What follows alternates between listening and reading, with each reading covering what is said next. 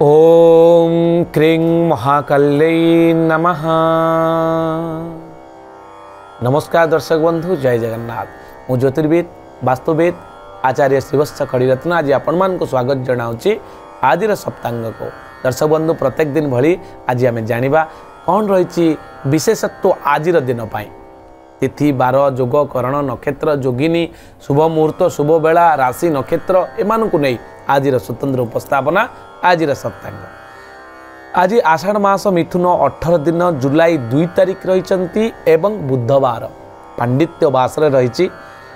घोषयात्रार आज षष्ठ दिवस प्रभुंकर मौसी माँ मंदिर रे षष्ठ दिवस रही। आड़प मंडप रे प्रभुंकर दर्शन आमे माने करि परिबा। तिथि रही आपणकर सप्तमी तिथि दिन 11:59 पर्यंत पर आपणकर अष्टमी तिथि भोग हेबे। उत्तरा फाल्गुनी नक्षत्र रोचंती 11:07 पर्यंत पर हस्ता नक्षत्र आसबे। कन्या चंद्र रोचंती अहोरात्र अर्थात कन्या राशि चंद्रमा 60 दंड भोग हेबे। बरियान जोग रोचंती संध्या 5:46 पर्यंत पर परिग जोग आसबे।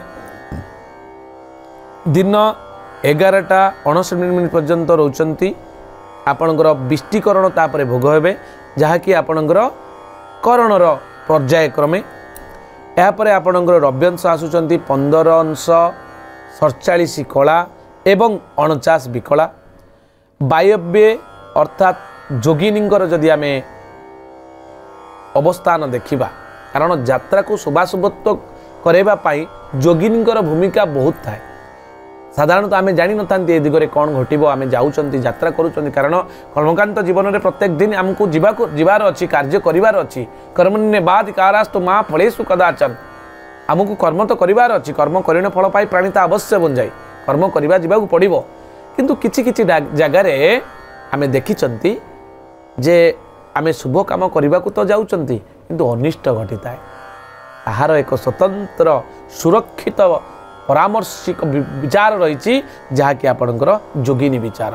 आज जोगिनी रामाभि रूप में वायव्य कोण अर्थात उत्तर पश्चिम दिग 315 डिग्री रे अवस्थान करा से दिग को आप यात्रा कला बेले सतर्कता अवलंबन करेंगे। दिन 11:59 पर रुद्राणी रूप में ईशान्य दिगरे अर्थात ईशान्य कोण आपणकर उत्तर एवं पूर्व ए दिगरे आपण को यात्रा कला बेले सतर्कता अवलंबन करेंगे। आज शुभ कर्म हिसाब से आम कौन देखा, आज नामकरण निष्क्रमण अन्नप्राशन नववधू प्रवेश दीक्षा ग्रहण देवता गठन भूमि पूजन आपणकर पुरातन गृह प्रवेश रोची। प्रतिष्ठा जलाशय आरंभ प्रतिष्ठा क्रय विक्रय जो माने नुआ वाणिज्य व्यवसाय करने चाहते आज दिन में क्रय विक्रय लेन देन आप एवं विशेषकर यात्रा ओडिशा रे साधारणतः सुपरिचित। प्रत्येक दर्शकों मनरे जीति पारी यात्रा जो यात्रा जगत रही। जो माने निर्देशक अच्छा आज दिन में शुभ नाटक जदि आरंभ करने चाहते आज ही करूँ। आपण आज दिनटी अत्यंत चमत्कार रही। चलचित्र आरंभ करने चाहते आज दिन आपण बहुत भल रही। एवं कृषि कम जोटा कि आपणकर कृषि प्रधान देश हूँ भारत वर्ष, तेणु कृषि दिन में आम संपादित करने कृषि आज दिन अत्यंत चमत्कार रहिबो। बीज बपन नौका गठन नूतन जान क्रय एवं औषधीकरण आप आज दिन करें। शुभ समय रोची आपण दिन 7:54 रु 9:40 पर्यंत, दिन 2:57 ठारू संध्या 5:35 पर्यंत एवं रात्र 7:54 रु 9:21 पर्यंत, रात्र 12:13 ठारू रात्र 2:23 पर्यंत संपूर्ण शुभ मुहूर्त रोचे। ए समय जदि कौन शुभ कर्म आपन करने चाहते ताले आपन सुसंपादित करें। चंद्रशुद्धि आज मेष कर्कट सिंह कन्या बिछा मकर एवं मीन राशि रोथबारु आपण दिनटी शुभ रहिबो। कौन शुभ कर्म करने चाहिए चंद्रशुद्धि आपण रही। घातचंद्र आज वृष पुरुष मानकर धनु स्त्री मानकर रोथबारु सतर्कता अवलंबन करेंगे। घात बार रोचे कर्कट राशि। राहुकाल रोचंती दिन 11:52 ठारू दिन 1:31 पर्यंत। यापर कालबेला आसबे।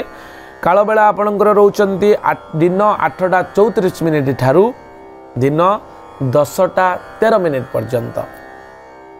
पारबेला रोचंती दिन 11:52 ठारू दिन 1:31 पर्यंत आपणकर 12 बेला भोग हे।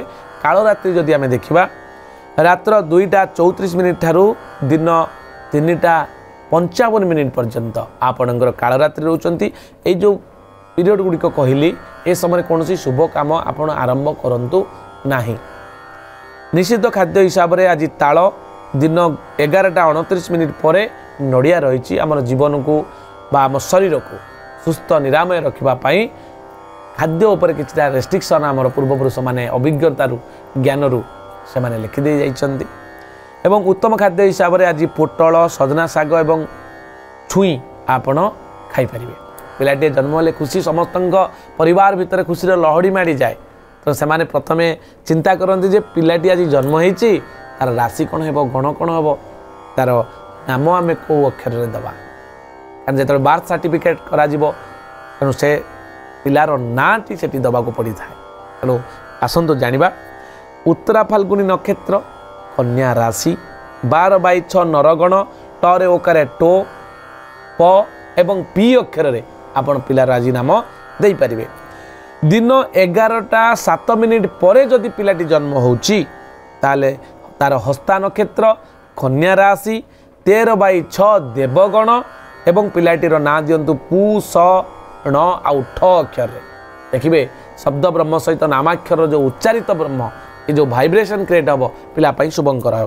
पिलाटी जेहेतु बुधवार जन्म होती पांडित्यपूर्ण हे बुद्धिमान हे इंटेलेक्चुअल माइंड हे ता आईक्यू बहुत स्ट्रंग हम एवं ता पाखरे डिसीजनिंग कैपेसिटी निष्पत्ति नवार बहुत बढ़िया शैली ता पाखरे रहिबो।